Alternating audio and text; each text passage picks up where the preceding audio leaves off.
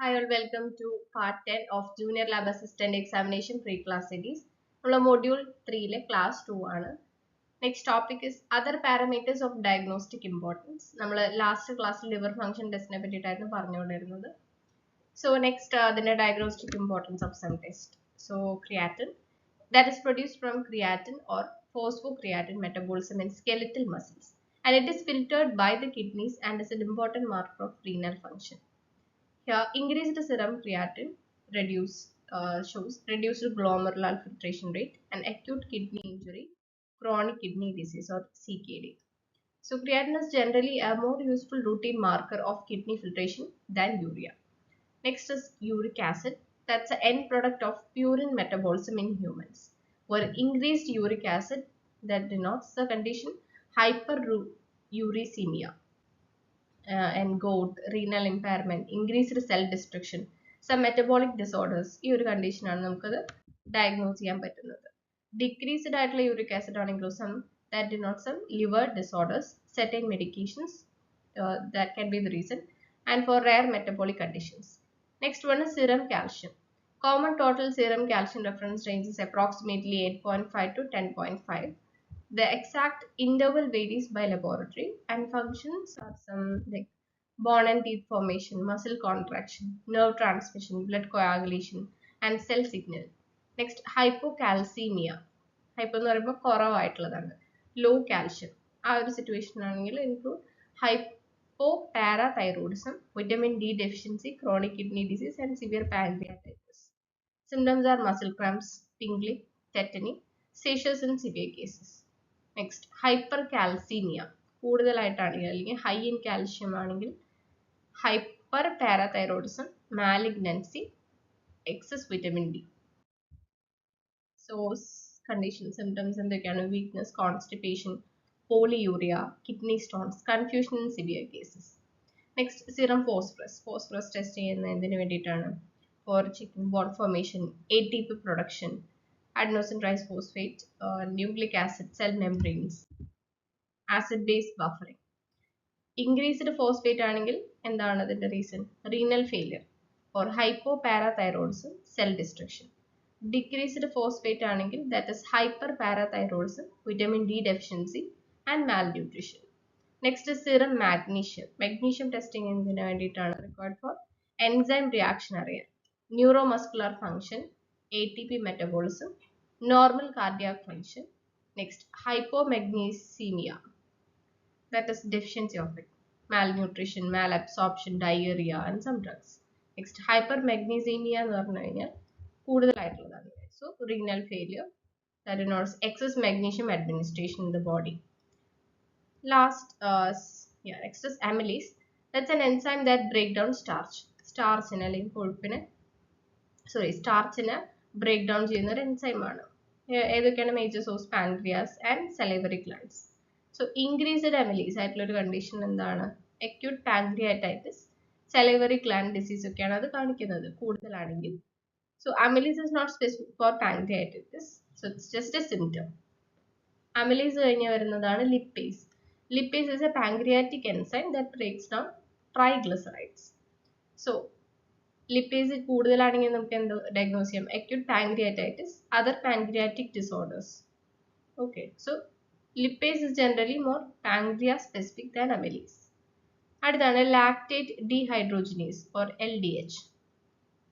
That's an enzyme found in many tissues.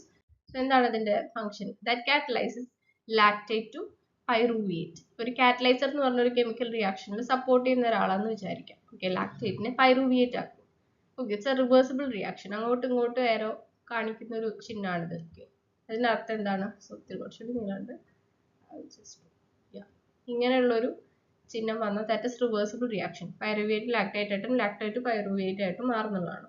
So increased LDH ഏതൊക്കെ കണ്ടീഷൻസിൽ വരാം? Tissue injury, haemolysis, liver disease, muscle injury and in some malignancies. So cancerous ആയിട്ടുള്ള ഒരു condition. Next is creatine kinase or CK. CK is an enzyme involved in energy metabolism in muscle. So important isoenzymes are CKMM, that related to skeletal muscles, and CKMB, cardiac muscle, also some skeletal muscle, and CKBB, brain and other tissues. So CKMB was historically important for myocardial infarction, but cardiac troponins are now preferred for myocardial injury. Next, serum electrolytes. Electrolytes check ചെയ്യുന്നത് like for sodium, potassium, അത്രയും കാര്യങ്ങളാണ്. So sodium normal range എത്രയാണ് 135 to 145. Some laboratories use a narrow interval such as 136 to 145. Next, functions of sodium. That is the major extracellular cation, and it is uh, for maintenance of extracellular fluid volume, osmotic balance, water balance, nerve impulse transmission, muscle function, acid base balance. So sodium concentration is closely related to body water balance. ഇതൊന്ന് പഠിച്ചു വെക്കുക ഒരു point. Just അതിന്റെ ഫംഗ്ഷൻസും കാര്യങ്ങളും മാത്രം നോക്കിയാൽ മതി. Next, hyponatremia. Hyponatremia, serum sodium, so which will be the less than 135. Causes എന്തൊക്കെയാണ് വരുന്നത്? Excess water intake or retention, diuretics, vomiting or diarrhea, heart failure, liver disease, kidney disease, SIADH. Symptoms are mild nausea, headache, weakness. Severe cases like confusion, seizures, coma വരെ പോകാവുന്നതാണ്. So hyponatremia എന്ന് പറയുമ്പോൾ low sodium ആ ഒരു കണ്ടീഷനാണ്. Sodium കുറഞ്ഞു കഴിഞ്ഞാൽ ആൾക്കാർ അൺകോൺഷ്യസ് ആയിട്ടൊക്കെ ബിഹേവ് ചെയ്യാറുണ്ട്. Next, hypernatraemia, which means potassium. So normal serum potassium is approximately 3.5 to 5.0. So yeah, what are the function of potassium? Potassium is the major intracellular cation that is essential for resting membrane potential, nerve impulse transmission, muscle contraction, cardiac rhythm, and acid base balance. Next is hypokalemia, causes of diarrhea, vomiting, diuretic therapy, hyperaldosteronism, then poor potassium intake. These are the reasons. Then muscle weakness, cramps, fatigue, abnormal heart rhythm, ECG changes. So severe hypokalemia can be a life-threatening also. Yeah, you can just go through it. What are the importance of this? You can just pause the video and go through it. So this is the another reason why hemolysis can cause falsely increased serum potassium because potassium is high inside RBCs. Therefore, hemolyzed sample, so falsely high potassium or pseudo hyperkalemia എന്ന് പറയുന്ന ഒരു condition ഉണ്ടാക്കാം. അത് ഒന്ന് just ഓർത്ത് വെക്കാം. Next is the measurement of electrolytes. First one is iron selective electrode or ISE. This is the common modern method for measuring sodium, potassium and chloride. ISE അല്ലെങ്കിൽ iron selective electrode വെച്ചിട്ട് കണ്ടുപിടിക്കാവുന്നതാണ്. So an iron selective electrode develops an electrical potential related to the activity or concentration of a particular ion. The analyzer converts this electrical signals into concentration of the ion. So നമുക്ക് direct ISE ഉണ്ട്, indirect ISE ഉണ്ട്. These are the two types. So direct ISE എന്ത് ചെയ്യുന്നുണ്ട്? That measures undiluted sample. So commonly used in blood gas or electrolyte analyzer. Where indirect ISE എന്ന് പറയുന്നത് the sample is diluted before measurement. ഒന്ന് diluted ഒന്ന് undiluted ആണ്. And commonly incorporated into automated chemistry analysis. Okay, so just നോക്കുക. ISE method ആണെങ്കിൽ രണ്ടും mix ആയിരിക്കും. So automated chemistry system commonly combine photometric methods with ion selective potentiometry for electrolytes. Next, cardiac markers. What are cardiac markers? There are biomarkers or cardiac markers are the substance released into the blood when cardiac muscle is injured. ബ്ലഡിലേക്ക് കൊടുക്കുന്ന ഒരു substance ആണ് കാർഡിയോമാർക്കേഴ്സ് where there is a cardiac muscle injury, and they are used mainly in evaluation of myocardial injury and acute coronary syndromes as well. So here are the important cardiac markers: cardiac troponin I and cardiac troponin T. നമ്മൾ test ചെയ്യും, heart attack ഒക്കെ വന്നവർക്ക് test ചെയ്യുന്നൊരു ഇതാണ്. So these are the most important cardiac biomarkers for the myocardial injury. So troponin I and T are cardiac specific proteins that released when myocardial cells are injured. അപ്പോൾ അതിൻ്റെ ഒരു അളവ് അനുസരിച്ച് എത്ര ഇഞ്ചുറി ഇവിടെ നടന്നിട്ടുണ്ട് നമുക്ക് മെഷർ ചെയ്യാൻ പറ്റും. So next is creatine kinase or MB. That's historically important in myocardial infarction. It can rise after myocardial injury, but it's less cardiac specific than troponin. So കൂടുതലും നമുക്ക് സ്പെസിഫിക് ആയിട്ട് പറയാൻ പറ്റില്ല, അതുകൊണ്ടാണ് അത്രയും ക്ലാരിറ്റി ഇല്ലാത്തതുകൊണ്ടാണ് നമ്മൾ അത് കൂടുതൽ എടുക്കാത്തത്. കൂടുതൽ ഫോക്കസ് ചെയ്യുന്നത് ട്രോപ്പോണിൻ തന്നെയാണ്. But in this case this of less chance. Next is myoglobin. Myoglobin is a protein found in skeletal muscles and cardiac muscles. It can rise early after muscle injury. അതിന്റെ disadvantages എന്തൊക്കെയാണ്? It is not cardiac specific because skeletal muscle injury can also increase it. So we cannot specify it. Next is BNP and NT-proBNP. So BNP or B-type natriuretic peptide or NT-proBNP and terminal proBNP. These are the important biomarkers in the evaluation of heart failure, and they are different from myocardial necrosis markers such as troponin. So നമുക്ക് എന്താണ് അതിന്റെ terms എന്താണെന്ന് പഠിക്കാം. So yeah, these are the cardiac markers. Just an exam table with the markers and its important use. You can just read it.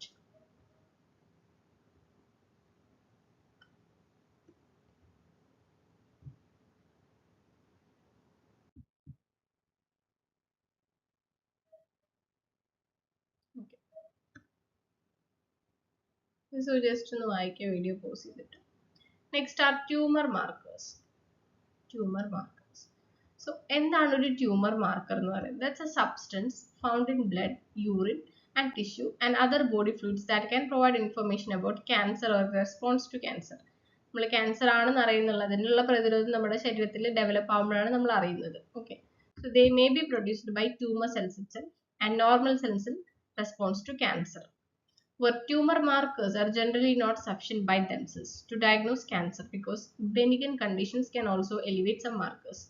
Benign malignant എന്നൊക്കെ പറയുന്നത് it's related to tumours. ബെനിഗൻ എന്ന് പറഞ്ഞു കഴിഞ്ഞാൽ സ്പ്രെഡ് ചെയ്യാത്തതും മാലിഗ്നൻ എന്ന് പറഞ്ഞാൽ spread ചെയ്യുന്നതുമായിട്ടുള്ള തരം tumours ആണ്. Okay, they are commonly used along with clinical examination, imaging and for biopsy.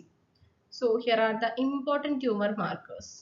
First വരുന്നതാണ് alpha fetoprotein or AFP പഠിച്ചു വയ്ക്കുക. That is associated with hepatocellular carcinoma, germ cell tumors, particularly some non-seminomatous tumors. And it is used for supporting diagnosis, monitoring treatment and monitoring recurrence of it. Next is carcinoembryonic antigen or CEA that is associated with colorectal cancer. ഇവിടെ എങ്ങനെയാണ്? That may also increase in other cancers and some benign conditions. Main uses for monitoring treatment and detecting the recurrence of it. So CEA is not sufficiently specific to diagnose colorectal cancer by itself. നമ്മൾ പറഞ്ഞു ചിലപ്പോൾ ആ tumour തന്നെ ആയിരിക്കും, അല്ലെങ്കിൽ other cells, normal cells that can be reacting to the cancer. Next is prostate specific antigen or PSA that is associated with the prostate cancer. So PSA may also increase in benign prostate conditions such as benign prostatic enlargement ഉണ്ടാവും, prostatitis ഉണ്ടാകാം. So ഇവിടെ നമുക്ക് എന്ത് പറയാൻ പറ്റില്ല, raised PSA can or cannot be automatically prostate cancer ആണെന്ന് നമുക്ക് assume ചെയ്യാനേ പറ്റുള്ളൂ. Okay, next is CA125 that is associated with ovarian cancer, mainly എപ്പോഴൊക്കെയാണ് monitoring treatment, assessing recurrence of it, supporting the evaluation. It can also increase in benign conditions as well. So ഇതിനെ നമുക്ക് എന്ത് ചെയ്യാൻ പറ്റില്ല, soul ആയിട്ടൊരു cancer diagnostic test ആയിട്ട് കണക്കാക്കാൻ പറ്റില്ല. Next CA19 that is particularly associated with the pancreatic cancer and biliary tract cancers. That's also used to monitor treatment and recurrence of it. So it can increase in non-cancerous conditions such as biliary disease. So അവിടെ നമുക്ക് അതിനെ specific ആയിട്ട് പറയാൻ പറ്റില്ല. Next CA153 that is associated with breast cancer. So again, used for monitoring treatment, detecting the recurrence. Then beta HCG for choriocarcinoma, germ cell tumors, including some testicular tumors. ഇതൊക്കെ check ചെയ്യാൻ വേണ്ടിയിട്ടാണ്. And it is also the hormone detecting pregnancy test as well. Next വരുന്നതാണ് calcitonin. Calcitonin, that's an important marker for medullary thyroid carcinoma. So here are the names and important association of it. You can just read it.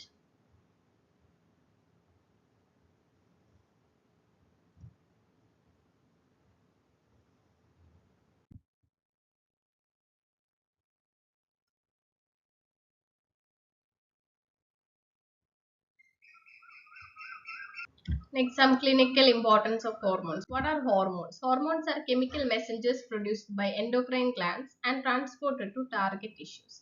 They regulate with growth, metabolism, reproduction, water balance, stress response, calcium metabolism. ഇതൊക്കെ regulate ചെയ്യുന്നതാണ് ഹോർമോണിന്റെ ഒരു ജോലി എന്ന് പറയുന്നത്. So what are the important hormones for laboratory examination? First വരുന്നതാണ് thyroid hormones, where T3 or triiodothyronine, T for test, thyroxine, TSH, thyroid stimulating hormone. Then what are the clinical significance of it? So where TSH കൂടുതലും T4 കുറവാണെങ്കിൽ നമുക്ക് എന്ത് പറയാം? The condition is primary hypothyroidism. TSH കുറവും അതേപോലെ T4 ഉം T4 അല്ലെങ്കിൽ T3 കൂടുതലുമാണെന്നുണ്ടെങ്കിൽ primary hyperthyroidism ആണെന്ന് നമുക്ക് പറയാം. Where TSH is generally the key initial laboratory test for thyroid function in many clinical settings. So അടുത്ത് വരുന്നതാണ് insulin, that is produced by the beta cells of pancreatic islets. So what the main action is decreases blood glucose. Pancreas and job adanalla. So it promotes glucose uptake or utilization, glycogen formation, fat synthesis. But decreased അല്ലെങ്കിൽ ineffective insulin action എന്തുണ്ടാക്കുന്നുണ്ട്? Diabetes mellitus അല്ലെങ്കിൽ diabetes എന്നുള്ളൊരു condition ഉണ്ടാക്കുന്നുണ്ട്. Next, C-peptide. C-peptide is released when pro-insulin is cleaved into insulin, where it's useful for assessing endogenous insulin production. അടുത്ത ഹോർമോണാണ് cortisol, that is produced by adrenal cortex. Main function എന്തൊക്കെയാണ്? Stress response, glucose metabolism, protein metabolism, and the regulation of vascular response. So increased cortisol എന്തിനെ indicate ചെയ്യുന്നുണ്ട്? Cushing syndrome-നാണ് indicate ചെയ്യുന്നത്. Decreased cortisol ആണെങ്കിൽ that shows adrenal insufficiency or Addison disease. ഇനി ACTH അല്ലെങ്കിൽ adrenocorticotropic hormone എന്തിനാണ് produce ചെയ്യുന്ന ആരാണ്? Anterior pituitary ആണ്. That stimulates the adrenal cortex to produce cortisol. Next is the growth hormone or GH. ഏതാണ്? Produced by anterior pituitary. So that functions or helps in growth, protein synthesis, metabolic activities. Excess ആയിട്ടുള്ള growth hormone വളർന്നാലാണ് gigantism in children വളരെ height വെക്കുന്ന ഒരു ഭീകര രൂപമാകുന്നത്. ഇതാണ് gigantism. And acromegaly in adults as well. So deficiency വന്നു കഴിഞ്ഞാൽ വരുന്നതാണ് ഗ്രോത്ത് ഫെയിലർ ഇൻ ചിൽഡ്രൻ അല്ലെങ്കിൽ ഡ്വാർഫിസം. അടുത്ത ഹോർമോണാണ് prolactin, that is produced by anterior pituitary. Main function is to stimulate milk production. And increased prolactin may occur in prolactinoma, pregnancy or lactation, some medications, hypothyroidism. Next is FSH and LH. Both are gonadotropins produced by the anterior pituitary. Anterior pituitary produce ചെയ്യുന്ന gonadotropins ആണ്. FSH ന്റെ full form എന്താണ്?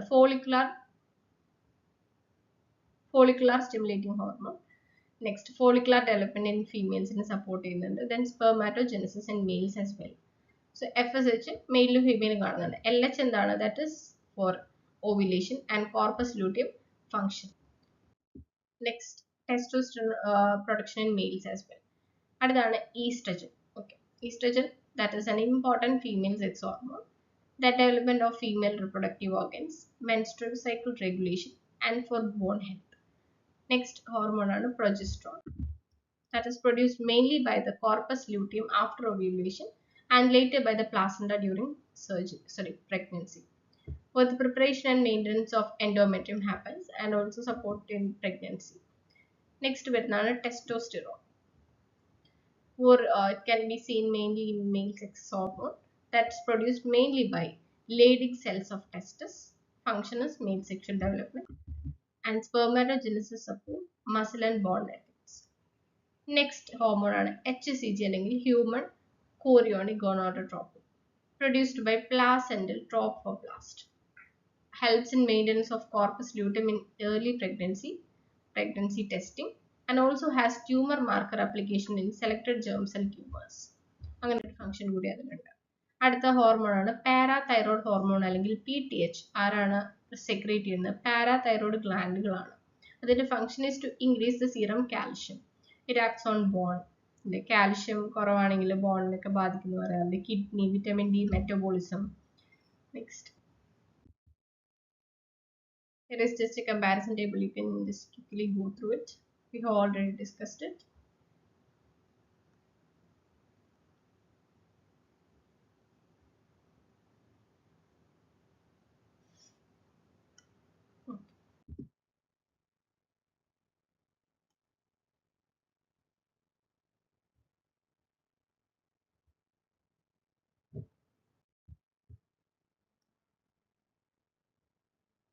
You can just read it. Yeah. Next is the clinical importance of enzyme. എന്താണ് ഒരു enzyme? നമ്മളിപ്പോൾ ഹോർമോണിനെ പറ്റിയിട്ടാണ് discuss ചെയ്തത്. An enzyme is a biological catalyst that increases the rate of a biochemical reaction without being consumed in the reaction. ഒരു catalyst ആയിട്ട് work ചെയ്യുന്ന ഒരു function. So enzyme estimation is clinically useful because tissue damage can cause enzymes to enter the bloodstream. Here are the important enzymes and their significance. So enzyme that major clinical importance ആണ് ഇവിടെ കൊടുത്തിട്ടുള്ളത്. You can just read it. So നമ്മൾ പറഞ്ഞിട്ടുള്ള terms തന്നെയാണ് വരുന്നത്. മുന്നേയൊക്കെ discuss ചെയ്തിട്ടുണ്ട്. ALT, AST എന്നതിനൊക്കെ വേണ്ടിയിട്ടുള്ളതാണ്. ALP, cholestasis മുന്നത്തെ വീഡിയോയിൽ നേരത്തെ പറഞ്ഞിട്ടുള്ളതാണ്. So I'm not repeating it. You can just read it.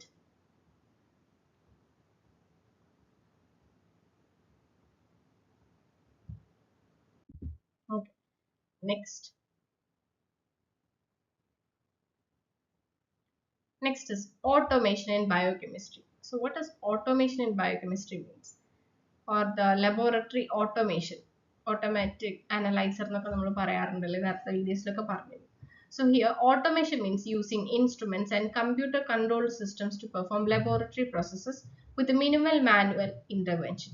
അപ്പോൾ നമ്മൾ അതിനും ഡിസഡ്വാൻറ്റേജസ് ഉണ്ടെന്ന് പറയുന്നത്. ഇപ്പോൾ മാനുവലായിട്ട് നമ്മൾ CBC കൊണ്ട് കാര്യങ്ങൾ നോക്കുന്നു, ഒരു ഓട്ടോമേഷൻ വെച്ച് ചെയ്യുന്നതും തമ്മിൽ ഡിഫറൻസ് ഉണ്ട്. നമുക്ക് ആക്യുറേറ്റ് ആയിട്ടുള്ള റിസൾട്ട് കിട്ടും ഇപ്പം സിസ്റ്റം ഇതൊക്കെ യൂസ് ചെയ്ത് ചെയ്യുകയാണെങ്കിൽ. മാനുവൽ ഇന്റർവെൻഷൻ അവിടെ വളരെ കുറവാണ്. അതുപോലെ ഹ്യൂമൻ എറർ വരുത്തുന്ന ഒരു ചാൻസസ് അവിടെ കുറയാണ്. സോ ഇതിൽ എന്തൊക്കെ വരാം? സിസ്റ്റം കൺട്രോൾഡ് ആയിട്ടുള്ള evaluation in laboratory process. U can just read it. Okay. So എന്തിനാണ് നമ്മളുടെ ഒരു ഓട്ടോമേഷൻ യൂസ് ചെയ്യുന്നത്? ഇതിന്റെ ഇമ്പോർട്ടൻസ് ജസ്റ്റ് ഒന്ന് വായിച്ചു നോക്കുക. വളരെ എളുപ്പമാണ്, അങ്ങനെ കാണാപ്പാടം പഠിക്കുന്നൊന്നുമല്ല. പ്രിസിഷൻ ഉണ്ട്, മാനുവൽ എറേഴ്സ് കുറയും, നമുക്ക് തന്നെ മനസ്സിലാക്കാവുന്ന പോയിന്റ്സ് ആണ്. ദെൻ ഹൈ ത്രൂപുട്ട് കിട്ടും, വിച്ച് മീൻസ് കൂടുതൽ ഐറ്റംസ് ഒരേ സമയം നമുക്ക് ചെക്ക് ചെയ്യാൻ പറ്റും. മറ്റേ നമ്മൾ കുറച്ചായിട്ടല്ലേ നമ്മൾ ടെസ്റ്റ് ചെയ്യും. ഒരു മെഷീനിലാണെങ്കിൽ അത് എന്ത് ചെയ്യും? സ്പീഡിൽ ചെയ്യും. Then automatic calculations ആണ്, automatic result storage within second. നമുക്ക് ഗ്ലൂക്കോമീറ്റർ ഒക്കെ ആയാലും നമുക്ക് പെട്ടെന്ന് തന്നെ റിസൾട്ട് കിട്ടും. Then better standardization, continuous operation, improve laboratory productivity. ഒരു എമർജൻസി കണ്ടീഷനിലൊക്കെ നമ്മൾ എണ്ണി തിട്ടപ്പെടുന്നതിനേക്കാൾ കൂടുതൽ പെട്ടെന്ന് ഒരു ഇത് ചെയ്ത് വെച്ച് കഴിഞ്ഞാൽ നമുക്ക് കിട്ടും. So there are the advantages. ഇനി ഡിസഡ്വാൻറ്റേജസ് എന്തൊക്കെയാണെന്ന് നോക്കാം. ഹൈ ഇനീഷ്യൽ കോസ്റ്റ് ആയിരിക്കും, പക്ഷേ ലോങ് കാലത്തേക്ക് നമുക്കത് യൂസ്ഫുൾ ആണ്. Requires trained personnel, requires regular maintenance, instrument breakdown can interrupt many tests, and also it requires quality control and calibration, reagent dependency, and electrical or environmental requirements as well. Next, automation does not eliminate the laboratory technician. അവിടെ നമുക്ക് manual ആയിട്ട് work ചെയ്യാൻ ഒരാൾ വേണമല്ലേ, manual ആയിട്ട് test ചെയ്യാനായിട്ട്. These are the work of the quality control. ആ ഒരു മെഷീനാണ് പ്രവൃത്തി ചെയ്യുന്നെങ്കിൽ നമ്മൾ അതിനെ കൺട്രോൾ ചെയ്യണം, അതിനെ ക്ലീൻ ചെയ്യണം, അതിന് ഡാമേജ് ഉണ്ടോ എന്ന് നോക്കണം. Because that does affect our lab results. Next, these are some types of analysers. So first വരുന്നതാണ് സെമി ഓട്ടോമേറ്റഡ് അനലൈസർ. എന്താണ് semi automated analyser? Where some steps are perform manually. നമ്മൾ വാഷിംഗ് മെഷീൻ തന്നെ ആലോചിക്കാം. Semi automated, fully automated എന്നൊക്കെ വരും. നമ്മൾ തന്നെ perform ചെയ്യുന്ന ചില ടാസ്കുകൾ ഉണ്ടായിരിക്കും. And instrument performs measurement or calculations. Examples R pipette, sample and reagent, incubate manually, and after that place cuvette in analyzer. അതിന്റെ initial stages manual ആയിട്ട് നമ്മൾ തന്നെ ചെയ്യണം. And the instrument measures the absorbance and calculate reports results. ഇതിനെയാണ് നമ്മൾ semi automated analyser എന്ന് പറയുന്നത്. ഒരു fully automated analyzer works under like that can perform most analytical steps automatically. Human intervention അധികം ഇല്ലാതെ തന്നെ ചെയ്യാവുന്നതാണ്. So ഒരു fully automated analyzer വരുന്ന സ്റ്റെപ്പ് ആണ് sample identification first, then aspiration, reagent addition, mixing, incubation, measurement, calculation, reporting. So these are the procedures in it. Well, this is commonly used in high volume laboratories only. അടുത്ത വരുന്നതാണ് single channel analyzer, one analyte at a time. Where glucose analyzer, ആ ഒരു ഇത് മാത്രമേ നമുക്ക് അതിൽ ചെയ്യാൻ പറ്റുള്ളൂ. Then multi channel analyzer വരുന്നുണ്ട്. അതിൽ multi analytes വരാം, ഗ്ലൂക്കോസ് ടെസ്റ്റ് ചെയ്യാം, urea, creatinine, bilirubin, ALT, AST, cholesterol, ഇത്രയും കാര്യങ്ങൾ ടെസ്റ്റ് ചെയ്യാവുന്നതും വരുന്നുണ്ട്. Okay, multi channel, single channel. അടുത്ത് വരുന്നതാണ് random access analyser. Where samples can be loaded in any order. Different test can be requested for different samples. ഒരു ഇതിലേക്ക് വെച്ച് കൊടുത്ത് പലതിന് നമുക്ക് പല ഡിഫറെന്റ് സാമ്പിൾസ് പല ടെസ്റ്റിന് വേണ്ടി റിക്വസ്റ്റ് ചെയ്യാൻ പറ്റും. ഓക്കെ, ഇതിന് റാൻഡം ആക്സസ് അനലൈസർ എന്ന് പറയുന്നത്. അത് വെരി ഫ്ലെക്സിബിൾ ആണ്.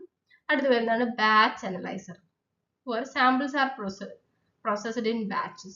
A group of samples is tested together. Batch ആയിട്ട് ടെസ്റ്റ് ചെയ്യുന്നത്.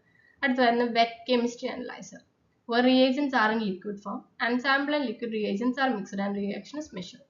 അടുത്ത് വരുന്നതാണ് dry chemistry analyzer, where reagents are incorporated into slides, strips and multi-layer analytical elements, where the sample is applied to the reagent containing element. So WHO describes both wet chemistry analysis and dry chemistry analysis as major categories of clinical chemistry equipment. Next is assay techniques in biochemistry. Assay എന്ന് പറയുന്നത് അല്ലെങ്കിൽ ഒരു test, that's a laboratory procedure used to measure the concentration or activity of a substance in a biological specimen. അതിനാണ് നമ്മൾ assay എന്ന് പറയുന്നത്. അതിൽ വരുന്നതാണ് colorimetry, where measures the intensity of color produced by a chemical reaction. ഇത്രയും കാര്യങ്ങൾ ഇപ്പം HB അല്ലെങ്കിൽ അതിൻ്റെ കോൺസെൻട്രേഷൻ ഇതൊക്കെ കളർ വെച്ചിട്ടാണ് നമ്മൾ പറഞ്ഞു. ഫോട്ടോമെട്രി അല്ലെങ്കിൽ കളർ പ്രൊഡ്യൂസ് ചെയ്യുന്നതിനനുസരിച്ച് അതിൻ്റെ കോൺസെൻട്രേഷൻ കണ്ടുപിടിക്കുന്നത്. അപ്പോൾ that is directly proportional to the concentration of the same substance. So here the principle is more in a light, more color is produced and greater absorption happens. And it is commonly used for glucose test, cholesterol, bilirubin and total protein. Hello everyone, welcome to part 10 of free class series of Junior Lab Assistant Examination. So we were discussing module 3. Module 3 part 2 aanithu. So next is about spectrophotometry. So physics ലായാലും കെമിസ്ട്രിയിലായാലും chemical സബ്സ്റ്റൻസിന്റെ light അബ്സോർപ്ഷനെ പറ്റിയിട്ടാണ് ഈ ഒരു formula പറയുന്നത്. അപ്പോൾ അത് ബേസ് ചെയ്തിട്ടുള്ളത് ഏത് പ്രിൻസിപ്പിൾ ആണ്, which is related to Beer-Lambert law. So spectrophotometry measures the amount of light absorbed by a sample at a selected wavelength. The important law behind it is Beer-Lambert law. മറക്കരുത്. എന്താണ് അതിന്റെ principle? Absorbance is proportional to the concentration under appropriate conditions. അതിന്റെ ഫോർമുലയാണ് A equal to epsilon B into C. Okay, where A is absorbance, epsilon ഈ ഒരു സിമ്പലിന് പറയുന്ന molar absorptivity ആണ്, B is the path length and C is the concentration. Here it goes. Next is turbidimetry, where that measures the reduction or scattering of light caused by the suspended particles. It is used to test the immunoglobulins, CRP and some protein assays. So next is nephelometry, that measures scattered light from particles in suspension. So suspension എന്താണ്? ചെറിയൊരു trick വെച്ച് നമുക്ക് പഠിക്കാം. ഒരു ഗ്ലാസ്സിൽ chalk powder കലക്കിയെന്ന് വിചാരിക്കാം. അപ്പോൾ ഈ ചോക്ക് ഡയറക്റ്റ് വെള്ളത്തിൽ ഡിസോൾവ് ആവാത്ത കുറച്ച് പാർട്ടിക്കിൾസ് അതിൽ ഫ്ലോട്ട് ആയി കിടക്കും. അപ്പോൾ അവരെയൊക്കെ എന്ത് ചെയ്താണ്? സസ്പെൻഡ് ചെയ്ത് വിട്ടതാണ് ചോക്ക് പൗഡറിനെ. അങ്ങനെ പഠിക്കാം. അതിനാണ് ഈ ഒരു സസ്പെൻഷൻ എന്ന് പറയുന്നത്. അപ്പോൾ ഒരു ഗ്ലാസ്സിൽ ഒരു ചോക്ക് പൗഡർ കലക്കി അതിന്റെ പാർട്ടിക്കിൾസ് എന്ത് ചെയ്യുന്നുണ്ട്? ലൈറ്റിനെ സ്കാറ്റർ ചെയ്യുന്നുണ്ട്. ഓക്കെ, സോ സ്കാറ്ററിന്റെ പ്രിൻസിപ്പിളും ജസ്റ്റ് ഒന്ന് റിസർച്ച് ചെയ്യാം. അപ്പൊ അതിനെയാണ് അങ്ങനെ കണ്ടുപിടിക്കുന്നതിനാണ് നമ്മൾ നെഫലോമെട്രി എന്ന് പറയുന്നത്. അത് commonly used for to test immunoglobulins and complement specific proteins. Next, so here is a difference. Turbidimetry എന്ന് പറയുമ്പോൾ measures the reduction in transmitted light and nephelometry എന്ന് പറയുമ്പോൾ measures the scattered light in suspension. Next is fluorimetry, that measures fluorescence emitted by a substance after excitation by light. Example some hormones. So fluorescence എന്ന് പറയുന്നത് ചിലപ്പോൾ okay, ഇപ്പൊ ചില പുതപ്പുകൾ വരുന്നുണ്ട് light of ചെയ്ത് അല്ലെങ്കിൽ ലൈറ്റ് കത്തുന്ന. അപ്പം ആ ഒരു കെമിക്കൽ സബ്സ്റ്റൻസ് അതിനുള്ളിലുള്ളത് അല്ലെങ്കിൽ ആ ഒരു മെറ്റീരിയലിനുള്ളിലേക്ക് ലൈറ്റ് കടന്നു വന്ന് ലൈറ്റ് അതിലൂടെ പോകുന്നുണ്ട്, പക്ഷെ കുറച്ച് നേരത്തേക്ക് എന്ത് ചെയ്തില്ല ട്രാപ്പായി നിൽക്കും. സോ അങ്ങനെ ചെറിയൊരു ടെക്നിക്കാണ് അതിൽ വരുന്നത് ഫ്ലൂറോമെട്രി എന്ന് പറയുന്നത് അല്ലെങ്കിൽ fluorescence. Okay, so some hormones, vitamins, enzyme assays test എന്നാണ് ഉദ്ദേശിച്ചിട്ടുള്ളത്. സോ സ്പെഷ്യലൈസ്ഡ് ബയോകെമിക്കൽ ടെസ്റ്റിനൊക്കെ നമ്മളൊരു ഈ ഒരു പ്രിൻസിപ്പിൾ യൂസ് ചെയ്യുന്നുണ്ട്. Next is flame photometry, that used mainly for measurement of sodium, potassium and sometimes calcium and lithium depending on the instrument. So flame photometry, where atoms are excited in a flame and emit light at characteristic wavelength. So ഓരോ ടെസ്റ്റും അതിന്റെ പിന്നിലെ പ്രിൻസിപ്പിളും ആണ് നമുക്ക് ഈ ഒരു പാർട്ടിൽ കൂടുതലായിട്ട് അറിഞ്ഞിരിക്കേണ്ടത്. ഓക്കെ, വളരെ എളുപ്പമാണ്, മാച്ച് ചെയ്ത് പഠിച്ചാൽ മതി. So the intensity of emitted light is related to the concentration of it. എത്രയാണ്, എത്ര ശതമാനം ഉണ്ട്, എത്ര ശതമാനം സോഡിയം ഉണ്ട്, എത്ര ശതമാനം കാൽഷ്യം ഉണ്ടെന്ന് കണ്ടുപിടിക്കുന്ന ഒരു ടെക്നിക്കാണ്. So sodium and potassium, so classic method is used, that is photometry, flame photometry. Okay, so wherein some modern laboratories they commonly use ISE method, which is electron rod dip ചെയ്തിട്ടുള്ള ഒരു മെത്തേഡാണ്. അതിനൊക്കെ എങ്ങനെ electrodes like electrolyte will be there, adine ingane react cheyyunnadഅനുസരിച്ചിട്ടുള്ളതാണ്. Next is iron selective electrode method. Yeah, this is ISE. where അതിന് നമ്മൾ use ചെയ്യുന്ന sodium test ചെയ്യാൻ, potassium and chloride, that measures electrical potential generated by selective ion interaction. Okay, so it is also known as potentiometry. Okay, so potential generated by selective ion interaction ആണ്, so potentiometry. Next is electrophoresis. Electrophoresis, where that separates charged molecules according to their charge, size, shape. അതിനെ ആ ഒരു ബേസിൽ separate ചെയ്യുന്നുണ്ട്. എന്തിനൊക്കെ use ചെയ്യുന്നുണ്ട്? Serum protein electrophoresis, haemoglobin identify ചെയ്യാൻ haemoglobin electrophoresis, lipoprotein studies and some specialised investigations as well. Next വരുന്നതാണ് chromatography. Chromatography, that separates substance based on differences in their interactions with stationary phase and mobile phase. So its type includes paper chromatography, thin layer chromatography, gas chromatography and HPLC. So HPLC എന്ന് പറഞ്ഞു കഴിഞ്ഞാൽ that is high performance liquid chromatography, where HbA1c check ചെയ്യാൻ, hemoglobin variants check ചെയ്യാനും, some drugs, hormones and metabolites. Actually ഈ ഒരു method കണ്ടുപിടിച്ചത് ഒരു ബൊട്ടാനിസ്റ്റ് ആയിരുന്നു. അദ്ദേഹം പ്ലാന്റ് പിഗ്മെന്റ്സിനെ സെപ്പറേറ്റ് ചെയ്യാൻ വേണ്ടി കണ്ടുപിടിച്ചൊരു മെത്തേഡ് ആയിരുന്നു ഈ ഒരു ക്രോമാറ്റോഗ്രഫി എന്ന് പറയുന്നത്. വേർ ക്രോമോ എന്ന് പറഞ്ഞ കളറാണ്. ഓക്കെ, കളർ ഗ്രേഡിയന്റ് ക്രോം എന്നുള്ളൊരു കളർ എന്ന് ആലോചിക്കാൻ. വേർ ഗ്രാഫ് എന്ന് പറഞ്ഞ റൈറ്റിംഗ് ആയിരുന്നു. പേപ്പറിൽ മഷികളായിട്ട് എഴുതുന്ന ഒരു ഇതാണ്. സോ ജസ്റ്റ് അതിന്റെ ഇമേജസ് ഒന്ന് നോക്കാം. വെർട്ടിക്കൽ ആയിട്ട് ഒരു പേപ്പർ വെച്ച് അത് ഗ്രാവിറ്റിക്ക് അനുസരിച്ച് നീങ്ങും, ഒരു മിക്സ്ചർ ഉണ്ടായിരിക്കും. സോ അത് ചെയ്ത റഷ്യൻ ബൊട്ടാനിസ്റ്റ് ആയിരുന്നു. അദ്ദേഹത്തിന്റെ പേര് മിഗാൽ സ്വെറ്റ് ആയിരുന്നു. U can just Google it. ഇതിന്റെ ഇമേജസ് ഒക്കെ ഒന്ന് ജസ്റ്റ് നോക്കാം. ഇവിടെ എന്തുണ്ടാവുന്നതെന്ന് വെച്ച് കഴിഞ്ഞാൽ ഈ ഒരു വാറ്റ്മാൻ ഫിൽട്ടർ പേപ്പർ ഉപയോഗിച്ചാണ് നമ്മളിത് ചെയ്യുന്നത്. സോ പേപ്പർ ക്രോമാറ്റോഗ്രഫി, ഇതുപോലെ പല ടെസ്റ്റുകൾ, പല ഡിഫറെന്റ് ടൈപ്സ് ഞാൻ പറഞ്ഞിട്ടുണ്ട് ഇവിടെ. അപ്പൊ ഇതിലൂടെയൊക്കെ മെയിൻ ആയിട്ട് നടത്തുന്നത് ഈ ഒരു മൊബൈൽ ഫേസും സ്റ്റേഷനറി ഫേസ് ഉണ്ടെന്ന് പറഞ്ഞു. മൊബൈൽ എന്ന് പറഞ്ഞാൽ എന്താ? മൊബൈൽ ഹോട്ടൽ അല്ലെങ്കിൽ മോട്ടൽ എന്നൊക്കെ പറഞ്ഞാൽ മൂവിങ് ഹോട്ടൽ അല്ലെ, മൂവ് ചെയ്യുന്നതാണ്. അപ്പൊ മൊബൈൽ എന്ന് പറഞ്ഞാൽ മൂവ്മെന്റ് ഉള്ളതാണ്. അപ്പൊ ഒരു മിക്സ്ചേഴ്സ് മൂവ് ചെയ്യുകയാണെന്നുണ്ടെങ്കിൽ ഓക്കെ, അതിന് പല തരത്തിൽ അതിന് റിയാക്ട് ചെയ്യുന്ന ഫേസസ് ഉണ്ടാവും. അതുപോലെ ഘർഷണം കാര്യങ്ങളൊക്കെ. നെക്സ്റ്റ് വരുന്നതാണ് സ്റ്റേഷനറി ആയിട്ട് നിൽക്കുന്ന ആ ഒരു സ്പേസിൽ നിന്ന് വേറെ സ്ഥലത്തേക്ക് ഒഴുകി പോവാത്തൊരവസ്ഥ. അപ്പൊ അങ്ങനെയൊക്കെ ബേസ് ചെയ്തിട്ടാണ് ഇത് വരുന്നത്. Next one immunoassay. Next is immunoassay, that uses the specific reaction between antigen and antibody. Antibody എന്ന് പറഞ്ഞാൽ തന്നെ എന്താണ്? ഇമ്മ്യൂണിറ്റി. അങ്ങനെ റിലേറ്റ് ചെയ്യാം. So word that is used extensively for hormones, tumor markers, cardiac markers, viral markers, drugs and vitamins. Next test വരുന്നതാണ് ELISA, which means enzyme linked immunoabsorbent assay. അതിന്റെ full name പഠിച്ചു വെക്കുക. It's important. That's an enzyme where an enzyme is linked to an antibody or antigen. The enzyme produces a detectable signal, commonly a color change in it. It's very easy. Where direct ELISA ആന്റിജനെ കണ്ടെത്താണ് ചെയ്യുന്നത്. ഒരു enzyme linked antibody നേരിട്ട് ആന്റിജനായിട്ട് bind ചെയ്യാണ്. Indirect Elisa വരുന്നത് സാധാരണ ആന്റിബോഡിയാണ് കണ്ടെത്തുന്നത്. Primary ആന്റിബോഡിനെ കണ്ടെത്താൻ secondary enzyme linked ആന്റിബോഡിയാണ് ഉപയോഗിക്കുന്നത്. പിന്നെ സാൻഡ്വിച്ച് എലിസ എന്ന് പറയുന്ന ആന്റിജനെ കണ്ടെത്തുന്നു. അവിടെ ആന്റിജനെ രണ്ട് ആന്റിബോഡീസിൽ സാൻഡ്വിച്ച് പോലെ പിടിക്കുന്നു. പിന്നെ കോമ്പറ്റിറ്റീവ് എലിസ എന്ന് പറയുന്നത് സാമ്പിളിലുള്ള ആന്റിജൻ അല്ലെങ്കിൽ ആന്റിബോഡി മറ്റൊരു ലാബിളുടെ ആന്റിജൻ അല്ലെങ്കിൽ ആന്റിബോഡി ആയിട്ട് മത്സരിക്കുകയാണ്. അവിടെ സാധാരണ സിഗ്നൽ കുറയുന്ന അല്ലെങ്കിൽ ടാർഗറ്റ് കൂടുതലാണെന്ന് അർത്ഥം. അപ്പം ഡയറക്റ്റ് എന്ന് പറയുമ്പോൾ ഒരു ആന്റിബോഡി, ഇൻഡയറക്റ്റ് എന്ന് പറയുമ്പോൾ രണ്ട് ആന്റിബോഡി ഇൻവോൾവ് ആണ്. സാൻഡ്വിച്ചിൽ രണ്ട് ആന്റിബോഡി പ്ലസ് ആന്റിജൻ നടുവര്. പിന്നെ കോമ്പറ്റിറ്റീവ് എന്ന് പറയുമ്പോൾ കോമ്പറ്റീഷൻ. ഓക്കെ, സോ ഇതാണ് വരുന്നത്. Next one is KLIA, which is chemiluminescent immunoassay, where the antigen-antibody reaction produces a chemiluminescent signal. That's widely used in automated immunoassay analyzers. Next is ECL, electrochemical luminescence immunoassay, chemiluminescence assay, immunoassay, where it uses electrochemically generated light-producing reactions for hormones, tumor markers, cardiac markers, and infectious disease markers as well. അടുത്ത വരുന്നതാണ് enzyme assay. Enzymes can be measured by measuring the rate of reaction, measuring formation of product, measuring disappearance of substance.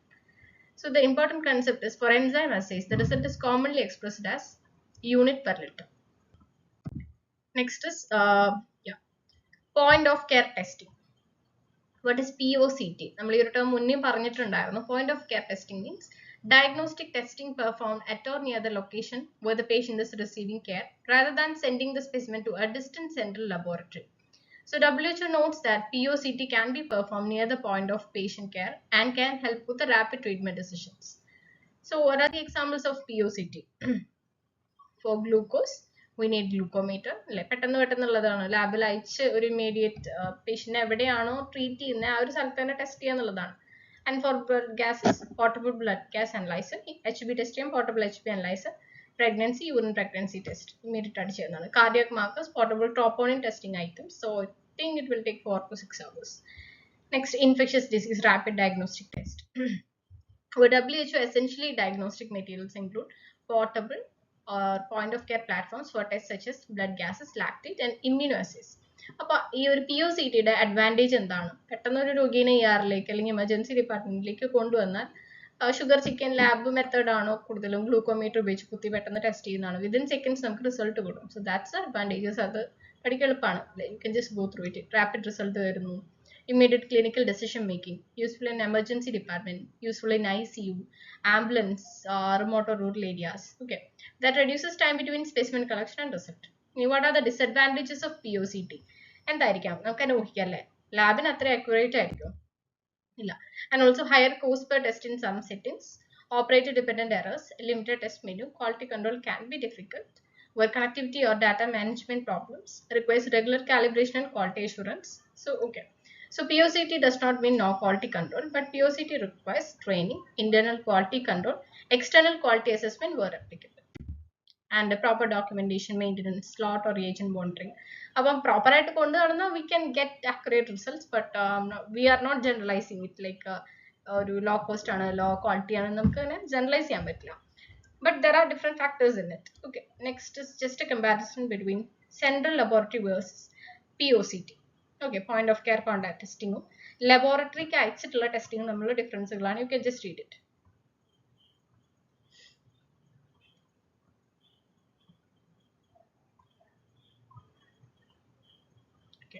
ത്രൂപുട്ടിന്റെ കാര്യത്തിൽ എന്ന് പറഞ്ഞാൽ എന്താ, test ചെയ്യാനുള്ള specimens കൂടുതലാണെങ്കിൽ ലബോറട്ടറിയിലാണെങ്കിൽ അത് high ആണല്ലേ, പക്ഷെ POCT ആണെങ്കിൽ വളരെ കുറച്ച് പെട്ടെന്ന് ചെയ്യാൻ പറ്റുന്ന അത്രയും എടുക്കാൻ പറ്റുള്ളൂ. നെക്സ്റ്റ്, എക്യുപ്മെന്റ്സ് എങ്ങനെയായിരിക്കും? ലബോറട്ടറിയിലാണെങ്കിൽ ലാർജ് ആയിരിക്കാം, ഓഫൺ പോർട്ടബിൾ ആയിരിക്കാം. ICU എമർജൻസി ഡിപ്പാർട്ട്മെന്റിലൊക്കെ പെട്ടെന്ന് അങ്ങോട്ടും ഇങ്ങോട്ടൊക്കെ കൊണ്ടുപോകാനുള്ളതായിരിക്കാം. Okay, this are just examples. You can just read the points. Calibration എന്താണ്? Where calibration establishes the relationship between instrument signal or analyte concentration. So ഇവിടെ കാലിബ്രേഷൻ എന്ന് പറഞ്ഞത് ഇപ്പോൾ POCT ചെയ്യുന്ന സമയത്ത് കാലിബ്രേഷൻ വേണം, എക്സ്റ്റേണൽ കാലിബ്രേഷൻ വേണം എന്ന് പറഞ്ഞിട്ട് എന്താണ് കാലിബ്രേറ്റ് ചെയ്യാന്ന് പറഞ്ഞാൽ അളക്കുക എന്നുള്ളതാണ്.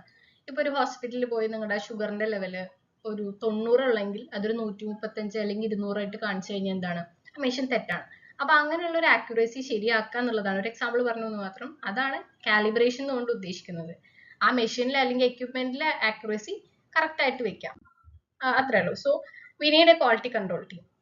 So QC monitors whether the analytical system is performing properly. ഇവിടെ ഒരു ഡോക്ടറോ നഴ്സോ ഉണ്ടായിട്ടുള്ള എക്യുപ്മെന്റ് അറിയുന്ന ഒരാൾ തന്നെ വേണമല്ലേ അതെല്ലാം ശരിയാക്കാനാണ്. So we have internal QC, internal quality check, external quality assessment team, where calibration that establishes measurement and QC monitors the performance.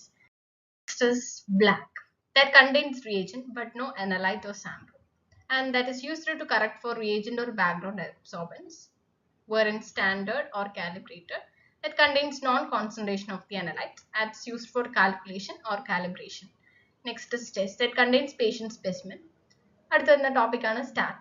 In automated laboratories, STAT, otherwise urgent or immediate testing, where STAT samples are prioritized for rapid processing. So STAT lab എന്ന് പറയുന്നത് maximum priority കൊടുത്ത് ചെയ്യേണ്ട ഒരു ടെസ്റ്റുകളാണ്. Okay, urgent അല്ലെങ്കിൽ immediate അതാണ് അതിന്റെ ഉദ്ദേശം. So it's actually derived from a Latin word statum എന്നൊരു വേർഡിൽ നിന്നാണ് ഇത് ഡിറൈവ് ചെയ്തിട്ടുള്ളത്. അടുത്തത് എന്താണ് carry over concept, where occurs when material from one sample affects the result of another sample. Carry over. Okay, a very high concentration sample is followed by a low concentration sample. That's principle behind it. അല്ലെങ്കിൽ അവിടെ നടക്കുന്ന ഒരു error ആണ്. Okay, where the residual sample or reagent contamination may produce an incorrect result in second sample. Next is throughput. Throughput എന്ന് പറഞ്ഞാൽ ഇതൊക്കെ നമ്മൾ പറഞ്ഞിട്ടുള്ള ചെറിയ ഇതുകളാണല്ലേ, യൂസ് ചെയ്യാൻ സ്പെസിഫിക് ടൈമിൽ യൂസ് ചെയ്യുന്ന specimens. So number of test or samples as an analyser can process in a specified time. So 300 test per hour ചെയ്യുന്നതുണ്ടായിരിക്കാം. or the analyzer has a theoretical throughput of 300 tests per hour under specified operating conditions. Next വരുന്നതാണ് TAT, turn around time. അത് നമുക്കറിയാം, ചില scanning സെന്ററിലോ അല്ലെങ്കിൽ ലാബിലോ പോയി കഴിഞ്ഞാൽ tat അവിടെ കൊടുത്തിട്ടുണ്ടായിരിക്കും. എന്താണ് ടാറ്റ് എന്ന് പറയുന്നത്?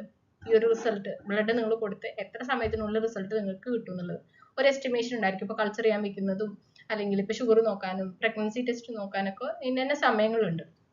അതേപോലെ തലയുടെ MRI എടുക്കാനും അങ്ങനെയൊക്കെ നമ്മൾ പോകുമ്പം അവിടെ സമയം ടാറ്റ് കൊടുത്തിട്ടുണ്ടായിരിക്കും, ഇത്ര അവർ എടുക്കും, ഇത്ര മിനിറ്റ്സ് എടുക്കും. സോ അതിനാണ് ടേൺ അറൗണ്ട് ടൈം അല്ലെങ്കിൽ ടാറ്റ് എന്ന് പറയുന്നത്. You can just read it. Next is LIS or Laboratory Information System. That's a computerized system used to register patients, enter test requests, track samples, receive analyze the results, validate results, and store results. So these are the and also print or send reports. These are the functions of LIS, Laboratory Information System. അടുത്താണ് barcode system. നമ്മൾ already പറഞ്ഞത് ബാർകോഡും QR കോഡും just ഒന്ന് വായിച്ചു നോക്കാം, അങ്ങോട്ടും ഇങ്ങോട്ടും തെറ്റിപ്പോകാതിരിക്കാൻ we can use this. These are some common methods.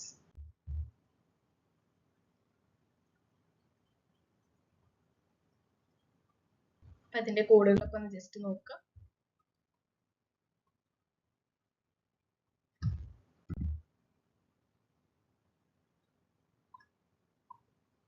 Enzymes related with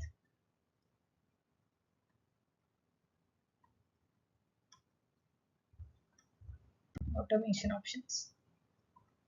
IAC method എന്താണ് ELISA, ഇതിനൊക്കെ ഫുൾ ഫോംസ് പഠിച്ചു വെക്കാം. ഓക്കെ, സോ വീഡിയോ പോസ് ചെയ്ത് ഒന്ന് ജസ്റ്റ് ട്രൈ ചെയ്ത് നോക്കാം നിങ്ങൾക്ക് കിട്ടുന്നുണ്ടോ എന്നുള്ളത്. ജസ്റ്റ് പോയിന്റ്സ് ഒന്ന് വായിച്ചു നോക്കാം.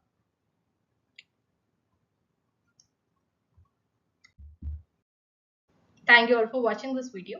നെക്സ്റ്റ് സെഷനിൽ നമ്മൾ മൊഡ്യൂൾ 4 സ്റ്റാർട്ട് ചെയ്യുന്നതായിരിക്കും. സോ മൊഡ്യൂൾ 4 കൂടി കംപ്ലീറ്റ് ആയി കഴിഞ്ഞാൽ കംപ്ലീറ്റ് MLT സിലബസ് നമ്മൾ കവർ ചെയ്തു. അടുത്തത് ഫിസിക്സ്, കെമിസ്ട്രി, സുവോളജി, ബോട്ടണി ഇത്രയും സബ്ജക്ട്സുകളാണ് വരുന്നത്. വരുന്ന ക്ലാസ്സിൽ ഞാൻ അപ്ലോഡ് ചെയ്യുന്നതായിരിക്കും. So thank you all, by.